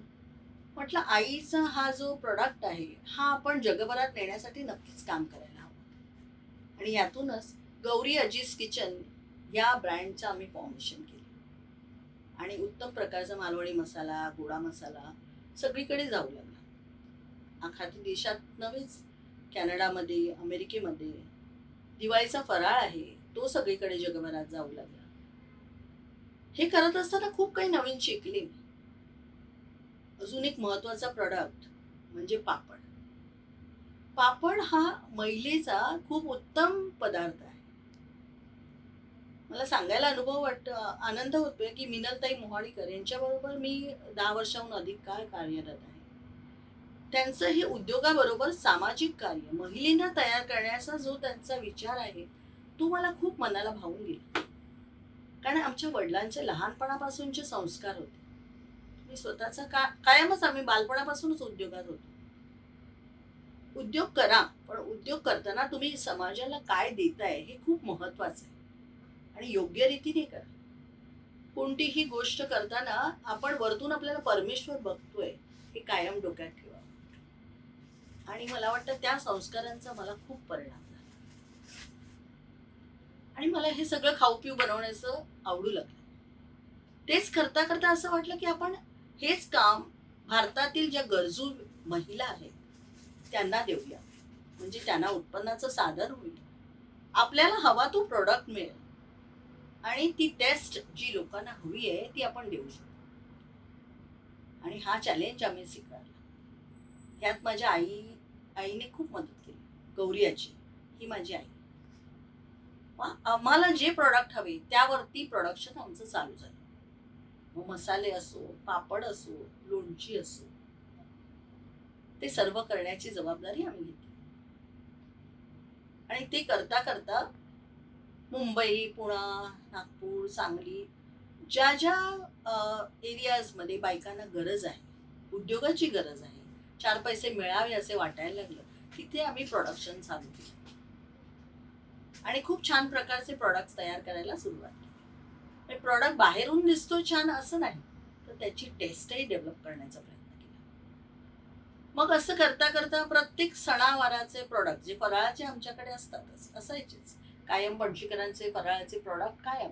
आणि मग दुबईमध्ये, कॅनडामध्ये, अमेरिकेमध्ये पार्सल्स पाठवण्याची सोय तर आपली आहेच चालेल. मग ह्यामधून बरंच काही क्रिएशन झालं. गणपतीचा सण आहे, गणपतीच्याला इको फ्रेंडली आता आपल्याला सगळ्या गोष्टी ठेवाव्या लागतात, तर इको फ्रेंडली गणपतीवर आम्ही काम केलं. आणि मला खरोखरच सांगण्यात आनंद वाटतो, अभिमान वाटतो की दुबईमध्ये इको फ्रेंडली सर्वप्रथम फक्त ओम पीके ट्रेडिंगमध्ये अवेलेबल झालं. म्हणजे मूर्ती घरामध्ये विरघळू लागली. त्या अनुभवाने त्यावर आम्ही वेगवेगळ्या प्रकारचं काम केलं. म्हणजे जी मिळते मूर्ती तीच आणायची असं काम नाही, क्रिएटिव्ह. ज्या मूर्त्या हव्या, ज्या गोंडस दिसतील, छान दिसतील, काहीतरी वेगळ्या दिसतील, ह्याचा प्रयत्न आमचा दरवर्षी होतो. मग गणपती रिलेटेड मोदक म्हणा, उकडीचे मोदक रेग्युलरली मिळायला लागले. अशा प्रकारच्या खूप ज्या गरजेच्या रोजच्या वस्तू आहेत त्याच्यावरती आम्ही काम चालू केलं. दिवाळी झाली, गणपती झाला, आंब्याचा सीझन झाला. आंब्यामध्ये उत्कृष्ट आंबे, चांगल्या प्रकारचे आंबे आपण लोकांना अनुभव म्हणजे उपलब्ध करून देतो दुबईमध्ये. अशा प्रकारचं काम प्रत्येक सणावाराला आम्ही चालू केलं. आणि रोजचा प्रोडक्ट म्हणजे चपातीचं पीठ. गव्हाच्या पिठाचा हा नेहमीच प्रॉब्लेम असतो सगळीकडे. मिळतं खूप, पण सगळंच एक्सपोर्ट होत नाही. तर चांगला गहू, चांगल्या पिठाची पोळी खाण्याची सवय दुबईमध्ये ओमपीकेने लावली. आणि तो अनुभव आम्हाला खूप उपयोगी झाला. आपण काय खायला द्यावं, कशा प्रकारचं पीठ तयार करावं, काय केल्याने दुसऱ्या दिवशी सुद्धा डब्यामध्ये सुद्धा पोळ्या व्यवस्थित मऊ राहतील, याच्यावर आम्ही खूप काम केलं. आणि आता गौरी आजी ह्या ब्रँडमध्ये आम्ही स्वतःचं पीठ आणलेलं आहे, गव्हाचं पीठ. तो खूप मोठ्या प्रमाणाचं काम आहे. जर आपण कुठलाही उद्योग करायचा असेल तर आपण मोठ्या प्रमाणाचा फायदा बघून मला वाटतं चालत नाही. आपण ही करत असताना आपण काय काय करतोय, याच वेळेला आपण किती कुटुंबांना सहाय्य देतोय, हे खूप महत्वाचं आहे असं मला वाटतं. सामाजिक कार्याचं कायम बाळकडू असल्यामुळे महिला उद्योजकांना आपण जगभरात किती मदत करतोय, आज त्यांच्या रोजच्या उदरनिर्वाहामध्ये आपलाही काही सहभाग आहे, ही मला खूप आनंद देऊन जातं. म्हणजे आपल्यानंतर आपली पुढची पिढी तयार होते, हे खूप चांगलं मला वाटतं कार्य परमेश्वर अन्नपूर्णा आमच्याकडून करून घेते. हे करत असताना अनेक काही मार्ग सुचतात. त्यातूनच सामाजिक कार्यामध्ये मला चांगलं सुचलेलं कार्य म्हणजे लहान मुलांची शाळा, मराठी शाळा. आपली मराठी शाळा, मराठी भाषा, संस्कृती जपण्यासाठी आखाती देशामध्ये दुबईमध्ये सुद्धा मराठी शाळा चालू करण्याचं चांगलं कार्य माझ्याकडून सुरुवात झाली. म्हणजे मी माझ्याकडून असं म्हणत नाही, परमेश्वराने करून घेतलेलं हे कार्य आहे. त्याबरोबर अजून एक उद्योग म्हणजे मला आवड असलेलं योगा. आपल्या खाण्यापिण्याबरोबर आपलं शारीरिक स्वास्थ्यही नीट राहावं. आता करोनाच्या काळामध्ये योगासारखं एकदम उत्तम एक्सरसाइज नाही, ज्यामध्ये तुम्ही शारीरिकदृष्ट्या मेडिटेशन करून मानसिकदृष्ट्या बॅलन्स राहू शकता.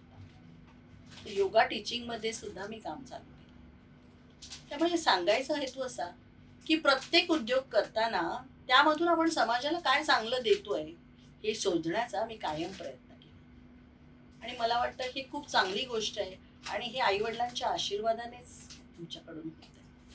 त्यामुळे असं प्रत्येक उद्योगामध्ये वेगवेगळ्या प्रॉडक्ट्सवरती भरभराट करत असताना माझा हा जो उद्देश आहे हा कायमच असणार आहे.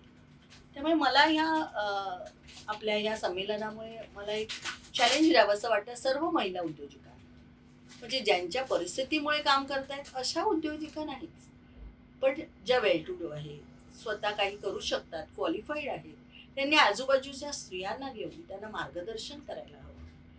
आता जसं मी नेहमी कायम महाराष्ट्रात फिरून त्यांना पॅकेजिंगवरती काम करते. पॅकेजिंगवरती काम करून त्याच्यावरती कसं डेव्हलपमेंट एक्सपोर्ट करायला हवं त्याचा गायडन्स केला जातो.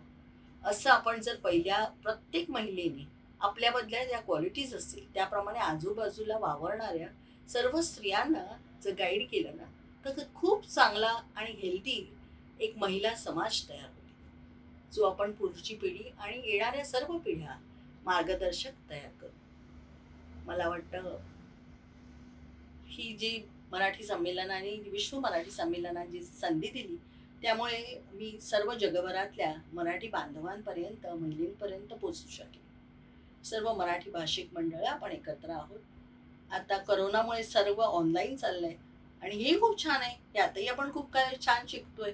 म्हणून एकाच ठिकाणी आपलं मार्गदर्शन होण्याऐवजी जगभरात आपण मार्गदर्शन करतोय.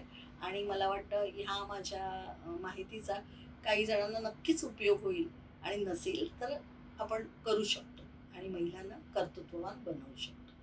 तर असं हे पुन्हा एकदा विश्व मराठी संमेलनासाठी माझ्या खूप छान शुभेच्छा. सर्व मराठी बांधवांना आणि महिलांना खूप आशीर्वाद आणि ऑल द बेस्ट. धन्यवाद.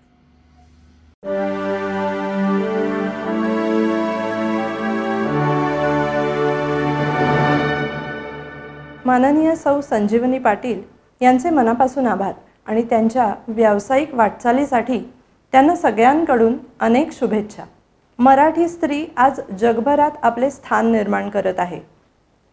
ही आपल्या सगळ्यांसाठीच अभिमानाची आणि प्रेरणादायी गोष्ट आहे. व्यवसाय उद्योग सुरू करण्यासाठी टीमवर्क हा महत्त्वाचा भाग आहे. अशी टीम सगळीकडेच उपलब्ध व्हावी आणि सहयोग मिळावा यासाठी लंडन येथे माननीय श्री रवींद्र गाडगे यांनी ओमपेज नावाची संस्था स्थापन केली. ओमपेज ही जगामध्ये मराठी माणसाकरता उद्योजकता या विषयावर एकत्र आणणारी पहिलीच संस्था आहे. व्यावसायिकांसाठी विशेषतः नवउद्योजकांसाठी टीम बांधणीसाठी एक दुवा म्हणून ती काम करते आणि मार्गदर्शन करते, हँड होल्डिंग करते, कुठे मदत उपलब्ध होऊ शकते याचे मार्गदर्शन करते. तसेच प्रथितयश आणि यशस्वी उद्योजकांना एकत्र आणणे, त्यांचे मार्गदर्शन घेणे यासाठीही प्रयत्न करते. माननीय श्री गाडगीळ यांना आता नम्र विनंती की त्यांनी आपले विचार मांडावेत.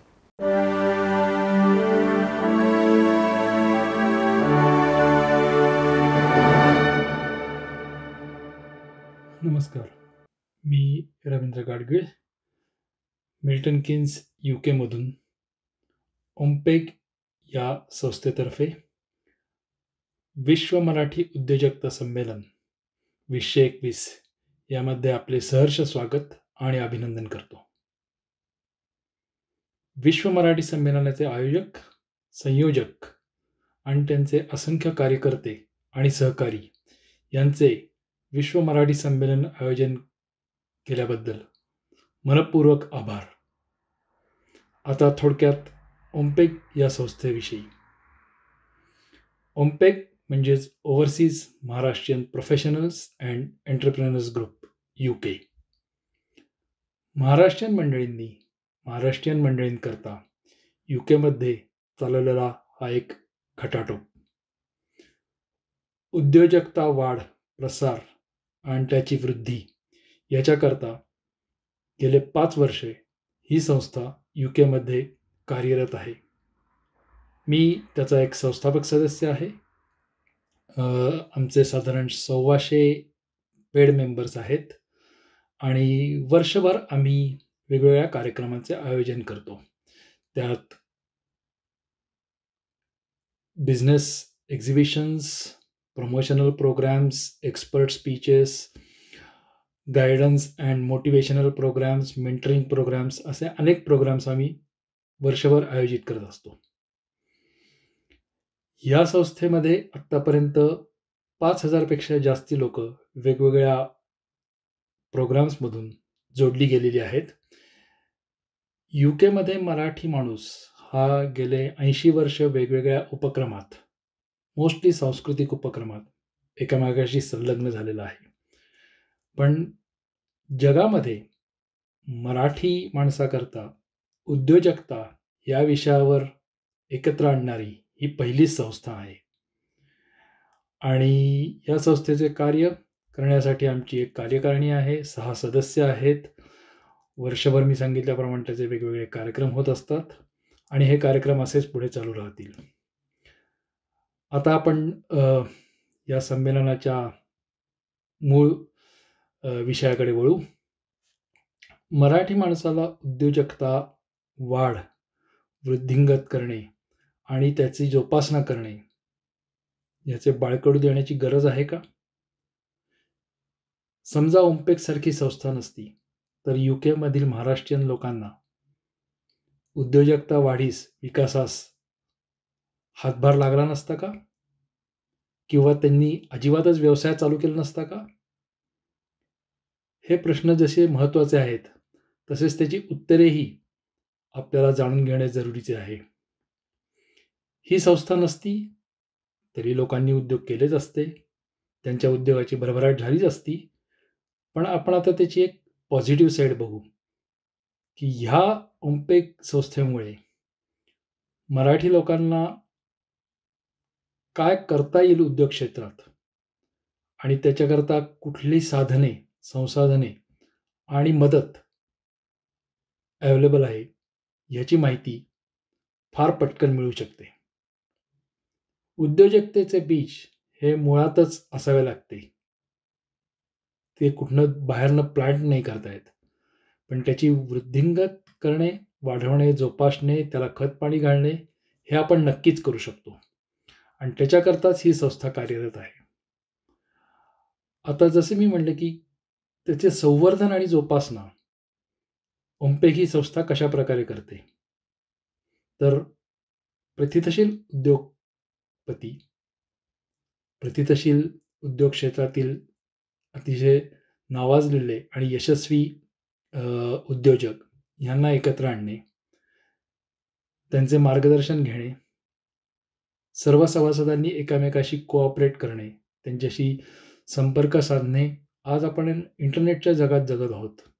गुगल हे आपले मायबाप झालेले आहे. आज कुठलीही गोष्ट ही लिटरली एका टिचकीच्या क्लिकच्या आधारावर आपल्याला मिळू शकते. अशा काळात आपण जर त्याचा फायदा नाही करून घेतला, आपण एकमेकाशी कोऑपरेट नाही केले, आपण एकमेकाशी संपर्क नाही साधला, आपण एकमेकाला आपले सक्सेस स्टोरीज तसेच आपले पिटफॉल्स हे आपण हायलाईट नाही केले, तर आपण नक्कीच मागे पडू. आता दुसरा की ही संस्था महाराष्ट्रीयन लोकांकरताच का? महाराष्ट्रीयन माणूस हा अतिशय सचोटीने काम करणारा, प्रामाणिक, अत्यंत हुशार, प्रगल्भ विचार असणारा असा आहे. एखाद वेळेस त्याच्याकडे कमी आहे ती साहसाची. आणि ओम्पेग ही संस्था अशा उद्योजकांना, ज्यांना आपला उद्योग वाढवायचा आहे किंवा ज्यांना नवीन उद्योग चालू करायचा आहे, अशा लोकांना साहस एकवटण्यास किंवा साहसीपणे कुठलाही निर्णय घेऊन त्यात पुढे जाण्यास मदत करते. आता हे कशा प्रकारे, तर इतर उद्योजक जे या प्रवासातनं गेलेले आहेत, त्यांनी यातले टक्के टोणपे आणि खास खळगे पाहिलेले आहेत, त्यांच्याशी संपर्क साधून त्यांनी कुठल्या प्रकारे आपल्या उद्योजकता गुणास आणि वाढीस मदत केली, हातभार लावला आणि पुढे गेले, याची माहिती ते एकामेकास आदान प्रदान करतात. एकामेकाला उदाहरणे सांगणे, ती सक्सेसची असू देत किंवा फेल्युअरची असू देत, हे अतिशय गरजेचे आहे. मी मगाशी म्हणल्याप्रमाणे इंटरनेटच्या जगात आज टिचकी सरशी आपल्याला सगळी माहिती अवेलेबल आहे. मग आपण ह्याचा फायदा का नाही करून घ्यायचा आपल्या समूहामध्ये? आज आपण एक साधे उदाहरण घेतले ॲमेझॉनचे, तर पोलंडमधला एखादा फर्निचर मेकर UK मधल्या दुकानातर्फे इटलीमध्ये आपले फर्निचर विकू शकतो आणि त्याचे पैसे मे बी इंडियातनं किंवा अमेरिकेतनं भरले जातात. हे जर नेटवर्किंग, हे कोऑपरेशन शक्य आहे, तर आपल्याला आपल्यात जे समविचारी, साधारण एकाच बॅकग्राऊंडमधून आलेले महाराष्ट्रीयन लोक आहेत, त्यांना ह्या प्लॅटफॉर्मचा फायदा का नाही करून घेता येणार? ओम्पेग ही कुठल्याही प्रकारे आर्थिक मदत करत नाही, पण ओम्पेग त्यांना मार्गदर्शन करते, हँडहोल्डिंग करते, त्यांच्याशी संवाद साधते आणि कुठे आपल्याला मदत अवेलेबल होऊ शकेल याचे मार्गदर्शन करते. आज जगामध्ये व्यवसाय करण्यासाठी मागणी तसा पुरवठा हा एक अतिशय साधा नियम आहे. आज आम्ही पाहत आहोत ओम्पेगमध्ये की नवीन उद्योजक पुढे येत आहेत, नवनवीन प्रकारच्या कल्पना घेऊन पुढे येत आहेत आणि त्याचा प्रसार आणि प्रचार करत आहेत.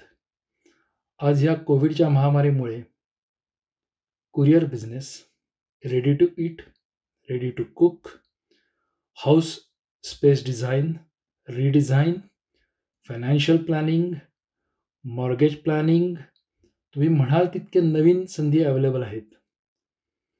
त्या संधींचे सोने करणे हे आपल्या हाती आहे आणि मराठी उद्योजक आपल्या अतिशय प्रखर बुद्धिमत्तेने, आपल्या सचोटीने आणि प्रामाणिकपणे या वेगवेगळ्या संधींचा नक्कीच फायदा करून घेईल याची आम्हाला खात्री आहे.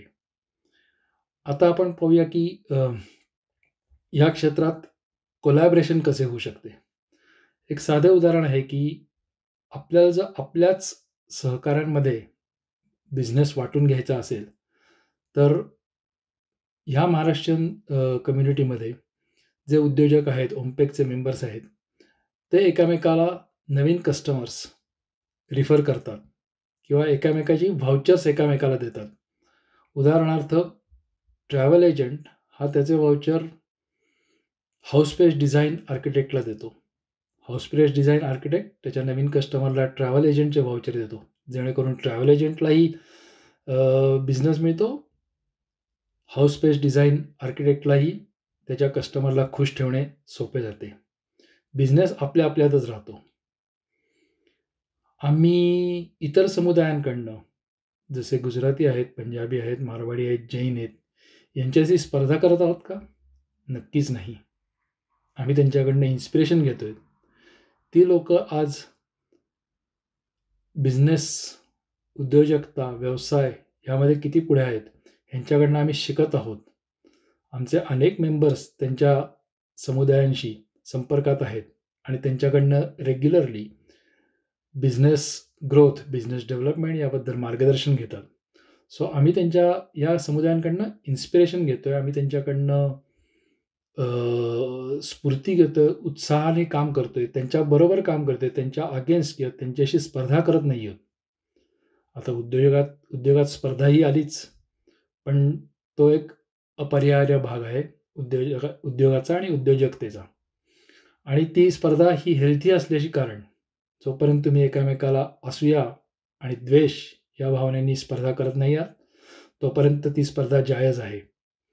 त्यामुळे ह्या प्रकारे मराठी माणसांनी जगभरात आज आम्ही इतर काही प्लॅटफॉर्म्सबरोबर जोडलेले आहोत. ओमपेगनी वेगवेगळ्या जगभरातल्या संस्थांशी कोलॅबरेशन केलेलं आहे आणि मला सांगायला खूप अभिमान आणि आनंद वाटतो की जगातले अनेक उद्योजक आता ह्या प्रकारचा कुठला ना कुठला उपक्रम चालू करण्याच्या बाबतीत आमच्याशी संपर्क साधून आहेत.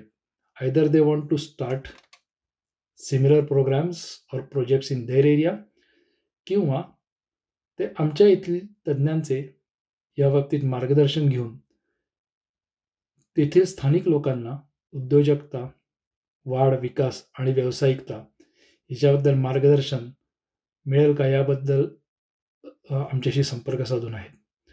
तर आता जग हे इतकं छोटं होत चाललं आहे. आपल्याकडे ज्ञानेश्वरांनी सांगितलेलंच आहे, विश्वाची माझे घर. आज ती उक्ती मराठी माणसांनी खरी करून दाखवणे हे क्रमप्राप्त झालेले आहे आणि ते होत आहे. आज जेव्हा आम्ही जगभरातील व्यावसायिकांशी, उद्योजकांशी बोलतो तेव्हा आमच्या हे लक्षात येते की ते कोलॅबरेशन करायला, कोऑपरेट करायला, एकमेकांशी समन्वय, संपर्क आणि कम्युनिकेशन, एकमेकांशी संवाद साधण्यास अतिशय उत्सुक आहेत. कुठलाही मराठी माणूस, दुसरा मराठी माणूस उद्योग करत आहे, व्यवसाय करत आहे म्हणल्यावर अतिशय आनंदाने त्याला हवी ती मदत करायला तयार आहे. हे चित्र गेल्या 25-30 वर्षात पालटले असेल आणि ही एक खरोखर चांगली सुरुवात आहे. हे चांगले संकेत आहेत आणि इस्पेशली नवीन आणि तरुण पिढी यामध्ये इंटरनेटचा वापर करते, टेक्नॉलॉजीचा वापर करते. आज मशीन लर्निंग घ्या, तुम्ही आर्टिफिशियल इंटेलिजन्स घ्या आणि मराठी तरुण तरुणी हे अतिशय अग्रभागी आहेत.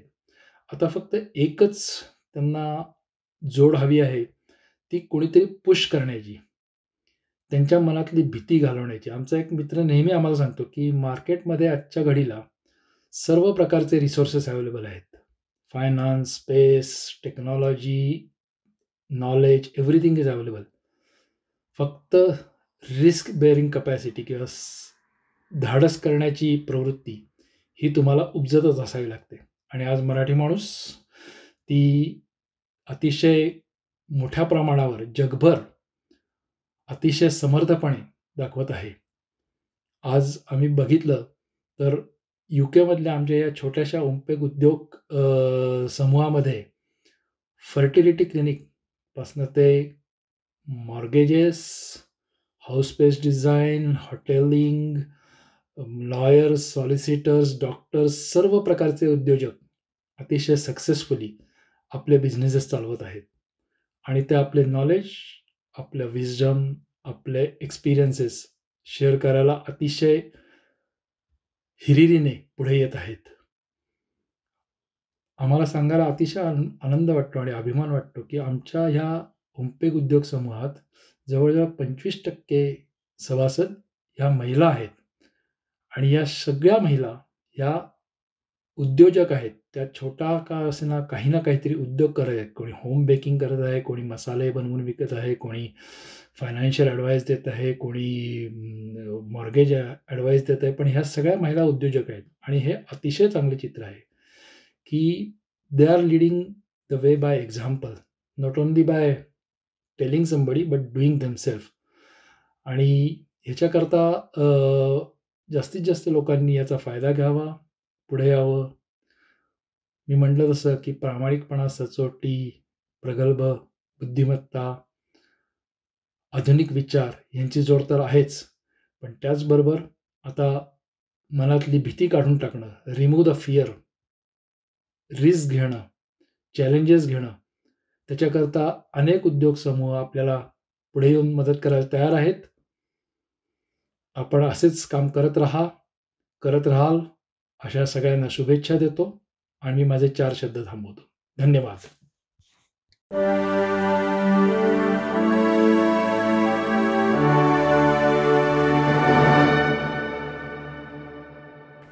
मराठी उद्योजकांची परस्परांना मदत होण्यासाठी ओमपेज आज जगभरातील मराठी उद्योजकांना जोडत आहे. माननीय श्री रवींद्र गाडगे यांना अनेक धन्यवाद की त्यांनी आज आपल्याला इथे मार्गदर्शन केले.